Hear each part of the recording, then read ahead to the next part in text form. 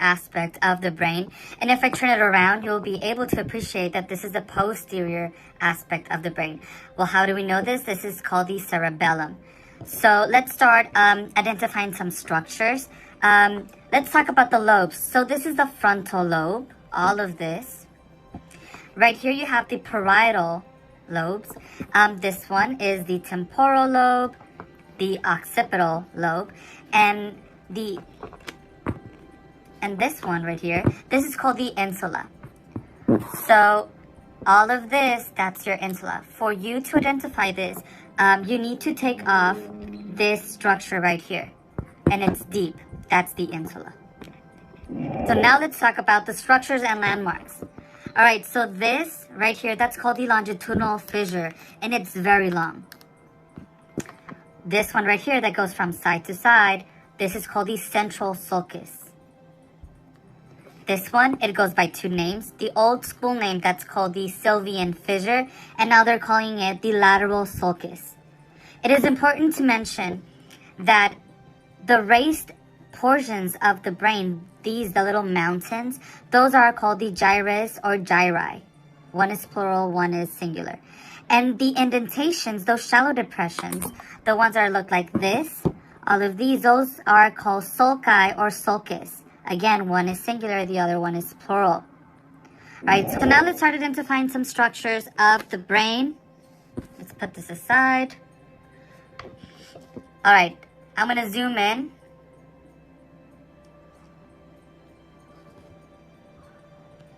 All right, so let's start identifying some structures. First of all of this, that's called your cerebrum. And this right here, that's your cerebellum. So cerebrum and cerebellum. All right, so this right here, that's called the corpus callosum. All of this, that's the corpus callosum. This is the anterior commissure, and that's the posterior commissure. So corpus callosum, anterior commissure, posterior commissure. Let's talk about this. If your professor asks you for the space is the lateral ventricle. However, if your professor asks you for the structure, this is called the septum pellucidum. Septum means a partition or a wall. So it acts like a wall from this side of the brain from the other half of the brain. So structure is the septum pellucidum. The space is the lateral ventricle. So corpus callosum, anterior commissure, posterior commissure, the space, lateral ventricle, the structure, septum pellucidum. Let's take a look at number 12. This is called the fornix. The fornix makes the floor of the lateral ventricle. The fornix also is a part of the limbic system. All right, so fornix. This right here, this pink peachy color, 26, this is resembling your choroid plexus. Specialized cells that are called ependymal cells or ependymal cells, however you want to pronounce it. The main function of these cells is to create cerebral spinal fluid, CSF. All right, so we talked about the corpus callosum, the space being the lateral ventricle, the structure is the septum pellucidum. The fornix makes the floor of the lateral ventricle. This is the choroid plexus. Let's take a look at this is the anterior commissure, posterior commissure at 23. This structure right here, this is called the pineal gland. All right, the pineal gland is responsible to secrete melatonin. Melatonin is going to give you that drowsy state. So when you want to fall asleep, melatonin has to kick in. All right, so let's talk about this right here. This is your thalamus. This is your hypothalamus.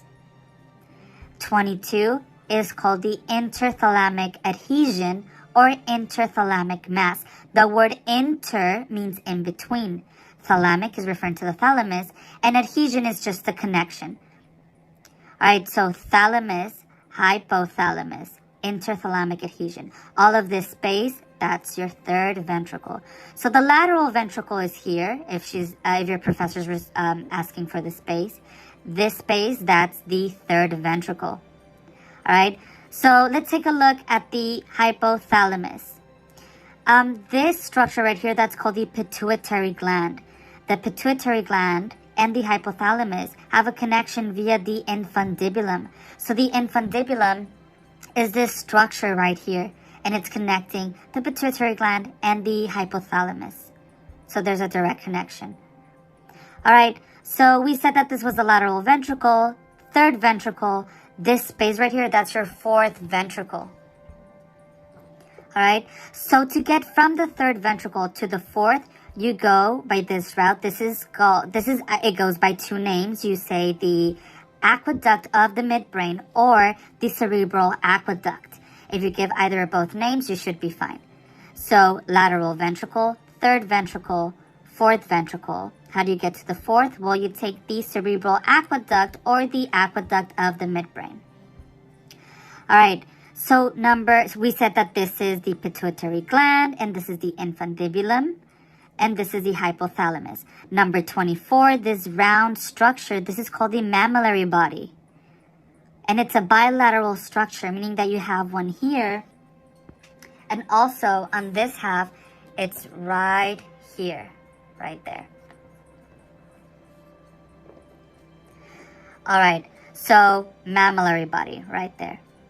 So as we're going down right here, you're gonna see this structure right here. So you have one bump and one bump at the bottom. If I put these half together, you should be able to appreciate that there's one bump on the top on this half and another bump on the top of this half as well. So you also have the inferior bump here and also on this side, right there. So now, these four bumps, 1, 2, 3, 4, collectively are called your corpora quadrigemina. The two bumps on the top are called the superior colliculi. So you have one on this top and the other one to the other half. The superior colliculi are responsible for your visual reflexes, while the inferior colliculi are responsible for your auditory reflexes. All right, so as we're moving down, we said that this space was the fourth ventricle. Let's take a look at this structure. So this was your cerebellum, and they cut it for you this way. So you can appreciate this structure, this white matter, that's called the arbor vitae, which translates from Latin to the tree of life. And it resembles a tree. It's a beautiful structure. All right, so now let's take a look at this right here. This is the pons. Whether you can remember, it's making that little P. Do you see that? That's the pons. All right, so this is the pons. Inferior, this region, that's your medulla oblongata, right there. So pons and medulla oblongata. If I turn the brain this way, let me take this one. You should be able to appreciate, if I put this together, number 33 on this side, and this side doesn't have a number, but those are your cerebral peduncles. I hope you can see that. 33 on this side, and nothing marked on this side. That's your cerebral peduncles. All right, so cerebral peduncle, pons, medulla oblongata. All of this, that's your cerebrum, and this is your cerebellum. By the way, the folds on your cerebellum are called folia. Folia are the folds, right there. And that's it.